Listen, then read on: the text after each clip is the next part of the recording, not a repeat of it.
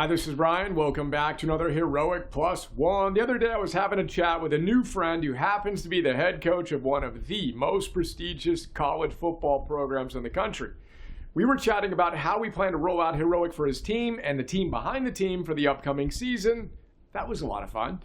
And one of the things we were chatting about, of course, was how to forge anti-fragile confidence so they can activate their heroic potential on and off the field and win a national championship. As we were discussing how to go about doing that, Coach brought up a 60-minute segment with the great tennis player Novak Djokovic. Check it out, linked in this plus one. It's only 13 minutes and it is fantastic. Now, you may already know that Novak is considered the greatest tennis player of all time. I don't follow tennis, so I didn't know that until I watched the 60-minute segment. With 24 major championships, Novak has 2 more than Rafael Nadal, who won 22 majors, and 4 more than Roger Federer, who won 20. So by those numbers, he's the greatest of all time. But Novak wasn't always better than those guys. In fact, early on in his career, he'd always lose to those guys. Not only that, but they consistently intimidated him. It wasn't until he developed an incredibly strong mental toughness protocol that his game went to the next level. And he became as dominant as he is. But that's not quite what I want to focus on today. What I want to talk about is one scene in the conversation where the interviewer prefaces a question by saying, people understand big muscles and speed and strength. Mental strength, which is what I think is your great gift, is much harder to articulate. Then, before he could finish his next sentence, Novak politely but firmly interrupted him as he said, I have to correct you. It is not a gift. It is something that comes with work. To which the interviewer said with a bit of surprise, you train for your mental side the way you would your serve or your forehand? How? To which Novak said, absolutely. Then he continued to chat about the various techniques he uses to train his mental game, starting with his conscious breathing. And that is what I want to focus on in today's Plus One. Our culture likes to live from the myth of the gift that the great ones have, as if their extraordinary abilities were handed to them by the heroic gods at birth. Carol Dweck talks about this all the time in her great books. See notes on mindset and self-theories for more. Now, believing that myth/lie of greatness is exactly how you fall into the fixed mindset trap in which you believe you either got lucky or more likely didn't get lucky to get the gift all the great ones got.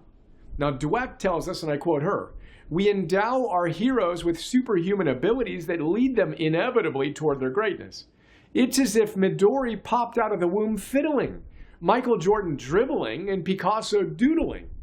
This captures the fixed mindset perfectly, and it's everywhere. Note, this 60-minute scene is an example of it being everywhere, and why I created this Plus One. Mozart was born a genius, right? Wrong. Sure, he had talent, and yes, he was also born the son of a world-class music teacher, and he worked so hard, his hands became deformed. As Dweck also says, and I quote her again, do you know that Darwin and Tolstoy were considered ordinary children? That Ben Hogan, one of the greatest golfers of all time, was completely uncoordinated and graceless as a child? That the photographer Cindy Sherman, who has been on virtually every list of the most important artists of the 20th century, failed her first photography course? That Geraldine Page, one of our greatest actresses, was advised to give up for lack of talent?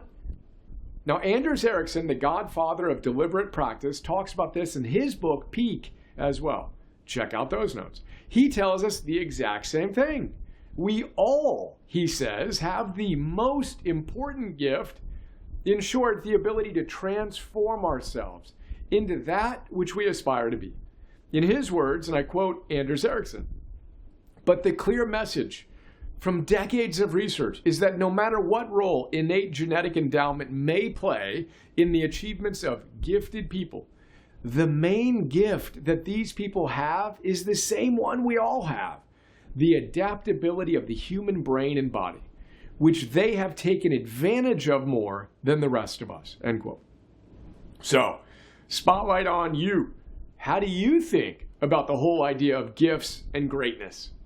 Notice whether you think those you admire were lucky to be gifted something you weren't so lucky to get, or whether you know that sure, we all get different blessings and curses, but it's ultimately all about what we do with those gifts that make us extraordinary, or to be blunt, mediocre.